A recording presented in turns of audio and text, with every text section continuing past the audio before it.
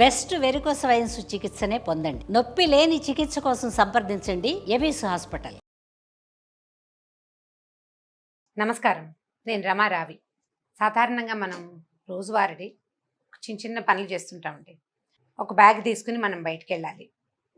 ఆ బ్యాగ్ తీసుకుని వెళ్ళే లోపల ఆ బ్యాగ్లో మనం ఒక ఫోన్ పెట్టుకోవాలి, కళ్ళజోడు పెట్టుకోవాలి, తర్వాత ఒక పుస్తకం పెట్టుకోవాలి, పొద్దున రాసుకున్న లిస్ట్ పెట్టుకోవాలి, ఎక్స్ట్రా అమౌంట్ కొంత క్రెడిట్ కార్డు ఉన్న చిన్న పౌచ్ పెట్టుకోవాలి. వరుసగా చాలా సామాన్లు ఉన్నాయి చూడండి. ఇంతలో ఫోన్ వస్తుంది, ఫోన్ తీస్తాం, ఫోన్లో మాట్లాడుతూ కొన్ని సామాన్లు పెడతాం.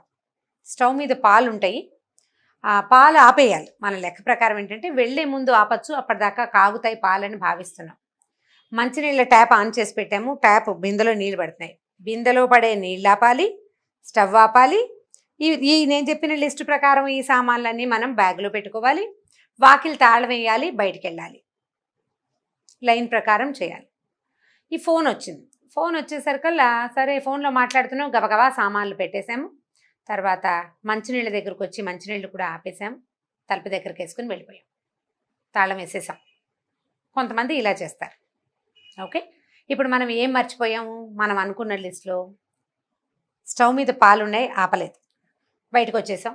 మధ్యాహ్నం ఒక 2-3 గంటల తర్వాత బజార్లో పని చూసుకున్నాం. అబ్బో చాలా కొనాల్సినవి, అక్కర్లేనివి, కావాల్సినవి. మధ్యలో ఎవరో ఫ్రెండ్ కనపడితే ఆవిడతో బోల్సేపు మాట్లాడాం, ఏవో పళ్ళు కనపడితే కొనుక్కున్నాం. మధ్యలో కళాంజలి ఏదో లేకపోతే ఇంకొకటో కళ్యాణ వైభోగమో షాప్ ఏదో కనపడింది, బయట నుంచి కాస్త విండో షాపింగ్ చేసాం. మన రెగ్యులర్ ప్రాక్టీస్ ఉంటుంది కదా, చేసేసాం. చేసి చూసి ఇంటికి వెళ్ళేసరికల్లా వాకిట్లో దిగుతూ ఆటో దిగుతూ ఉండగానే వాచ్మెన్ చెప్తాడమ్మా మీ ఇంట్లోంచి ఏదో మాడిపోయిన వాసన వస్తుంది అని. నేనేం పెట్టలేదే అని చెప్తాం ఫస్ట్. మా ఇంట్లోంచి అయి ఉండదు. మెట్లు ఎక్కుతాం లేదా లిఫ్ట్ ఎక్కుతాం, తలుపు తీసాక మనకు అర్థమవుతుంది, అప్పుడు మనకి జ్ఞాపకం వస్తుంది స్టవ్ వదిలేసాము అని. ఈ తప్పు ఎవరిదండి? ఫోన్ చేశారు, ఎప్పుడు అంతే, బయటికి వెళ్ళేటప్పుడే ఫోన్ చేస్తారు. ఏదో ఒక సోది, ఉపయోగం లేదు పాడు లేదు, వాళ్ళ వల్లే నేను పాలాపలేదు అనేసి ఇక వాళ్ళని తిట్టి, ఈ లోపల భర్తో అత్తగారో పిల్లలు పక్కింటి ఆంటీయో ఎవరైనా వస్తే వాళ్ళ కూడా ఎప్పుడు ఫోన్లండి తలకాయ నొప్పి, మా వాళ్ళకి పని పాట ఉండదు, మా కజిన్ దానికి ఏం తోచదు, ఈ టైంలో అది ఫ్రీగా ఉంటుంది నాకు ఫోన్ చేస్తుంది, మొన్న కూడా అంతే ఇలాగే అయ్యింది అని దాన్ని తిట్టుకుని అసలు గిన్నె బయట పారేసి ఆ వాసన పోవడానికి ఎగ్జాస్ట్ ఫ్యాన్ ఆన్ చేసుకుని సాయంత్రం లోపల ఎవరెవరికి ఎన్నిసార్లు మనం చెప్తామో ఫోన్లో పడి పాలాపడం మర్చిపోయాను అన్న వాక్యం ఎంతమంది తీసుకుంటారండి? నేను కూడా తీసుకోను. ఎప్పుడు ఇలాగే వేళకు ఫోన్ చేస్తారు, ఇలా ఫోన్ వచ్చింది అంతే. నేను కూడానండి, నాకు కింద కారు ఆగి ఉంటుంది అనుకోండి, నన్ను తీసుకెళ్ళటానికి కారు ఆగింది, వాళ్ళు నా కోసం వెయిట్ చేస్తున్నారు అన్న ఫీలింగ్ వచ్చిందంటే ఫోను కళ్ళజోడు వదిలేస్తానండి నేను ప్రతిసారి. నా ఫోను అక్కడే ఉండిపోతుంది, ఇంట్లోనే కళ్ళజోడు అక్కడే ఉండిపోతుంది. కిందకు వచ్చేస్తాను, కారు ఎక్కిన పావు గంట జ్ఞాపకం వస్తుంది. చాలా దూరం వెళ్ళిపోతాం, మళ్ళీ వెనక్కి రాలేము. ఆ పూట కళ్ళజోడు ఉండదు, ఫోను ఉండదు. నేను ఇలా ఎవరైనా కింద నా కోసం వెయిట్ చేస్తుంటే నేను ఫోను కళ్ళజోడు మర్చిపోతాను అని ఆ కిందకు వచ్చి హారన్ కొడతారు, వాళ్ళతో తలకాయ నొప్పి అని అన్నాను అనుకోండి, ఎంత తప్పండి అది కదా. హుందాగా నాకు మతిమరుపు, నేను అన్నీ మర్చిపోతాను, లిస్ట్లెస్గా ప్రవర్తిస్తాను నేను అని చెప్పుకోలేం మనం. చెప్పుకోకుండా ఇతరులని దాన్ని బాధ్యులను చేస్తాం. నేను ఇక్కడ మీకు పాలిష్డ్గా 2 మంచి సంగతులు చెప్పానండి. ఇవి పాలిష్డ్ థింగ్స్. మనం చేసే ప్రతి దానికి ఇతరులని బాధ్యుల్ని చేస్తూ ఉంటాం మనం. ప్రతి పనికి ప్రతి విషయానికి బాధ్యత ఇంకొకళ్ళది, వాళ్ళ వల్లే ఇది చెడిపోయింది. మనం భార్యాభర్త కొట్టుకోగానే మా పెళ్లి చేసిన పురోహితుడి దగ్గరికి వెళ్ళిపోవటం, లేదా పెళ్లి సంబంధం తెచ్చిన మేనమావ దగ్గరికి వెళ్ళిపోవటం, మీ అమ్మ వల్లే ఇదంతా వచ్చింది, లేదా మీ చెల్లి వల్లే ఇదంతా వచ్చింది. కొట్టుకు చచ్చిన వాళ్ళిద్దరూ మీరు ఇంట్లో బాగానే ఉంటారు, సాయంత్రానికి కులాసాగా కబుర్లు చెప్పుకుంటారు టీ తాగుతూ. మధ్యలో ఆడబడుచు పురోహితుడు వాళ్ళు ఏం చేస్తారండి? వాళ్ళు ఏం చేయలేరు, మీరు తూర్పారబట్టడం ఎవరో ఒకళ్ళని. ఇలాంటి విషయాలు వింటున్న మీ పిల్లలు ఎప్పుడూ తమ తప్పుకి బాధ్యత తీసుకోరు. ఏరా కింద పడికి దెబ్బ కొట్టుకుంటాడు పిల్లాడు, ఏరా పడ్డావు, ఎందుకని పడ్డావు వెదవా అంటాం. అయ్యో పడ్డావా అనరండి సాధారణంగా. ఎందుకు పడ్డావు, ఎందుకు బయటికి వెళ్ళావు అంటే వాడెవడో నన్ను పిలిచాడు అందుకే నేను బయటికి వెళ్ళాను. ఆ పిల్లాడు ఎప్పుడు పిలుస్తాడమ్మా మా వాడిని, వీడు కింద పడిపోతాడు. పిలిచిన వాడిదే తప్పు.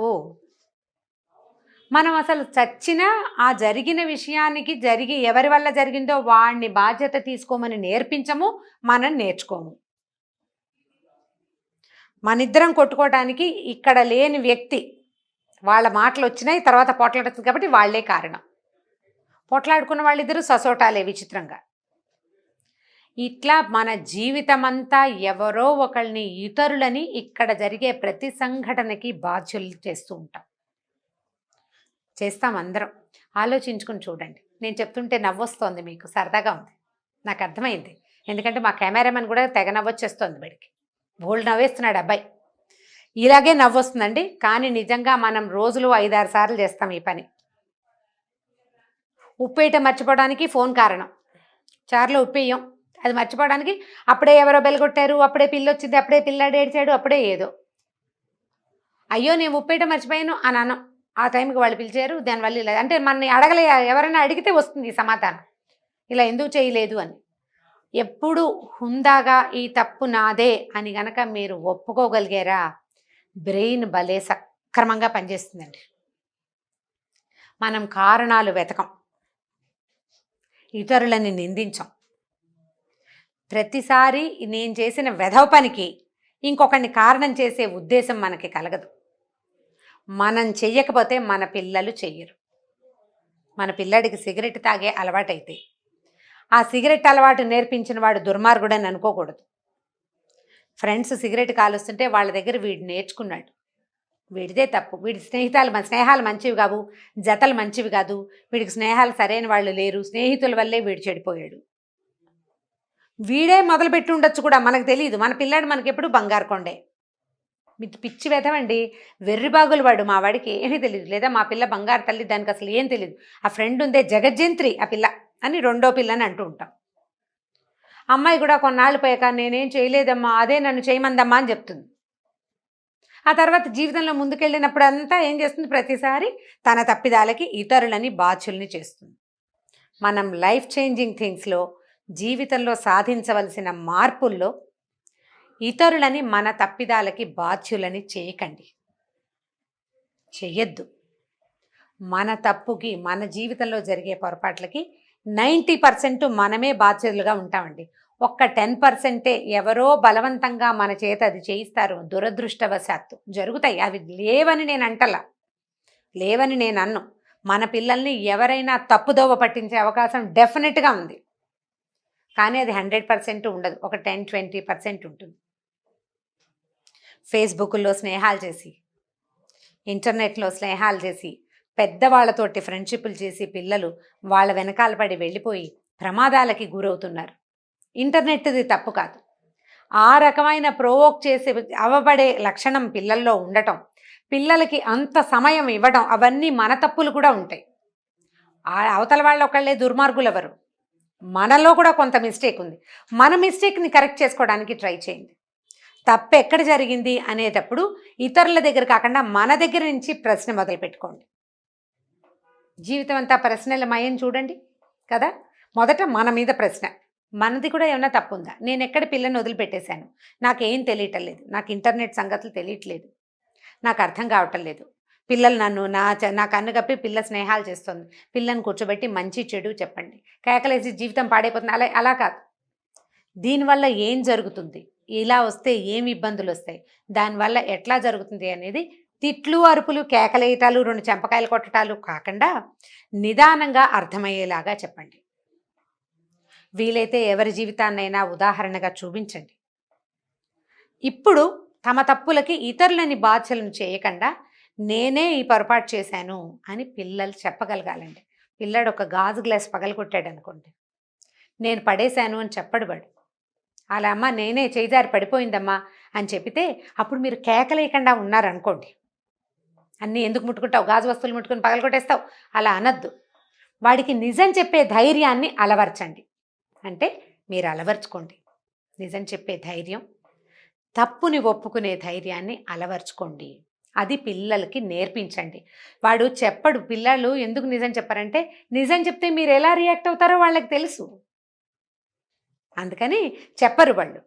మీరు రియాక్షన్స్ తగ్గించుకోండి. మా నమ్మలు కూడా రియాక్షన్స్ తగ్గించుంటే మనం ఈ తప్పిదాలు మా పక్క వాళ్ళ మీదకి తోసేసే ప్రయత్నం చేసేవాళ్ళం కాదు. ఇప్పుడు మనకు అర్థమవుతోంది మనకేం సమస్య ఉంది అని.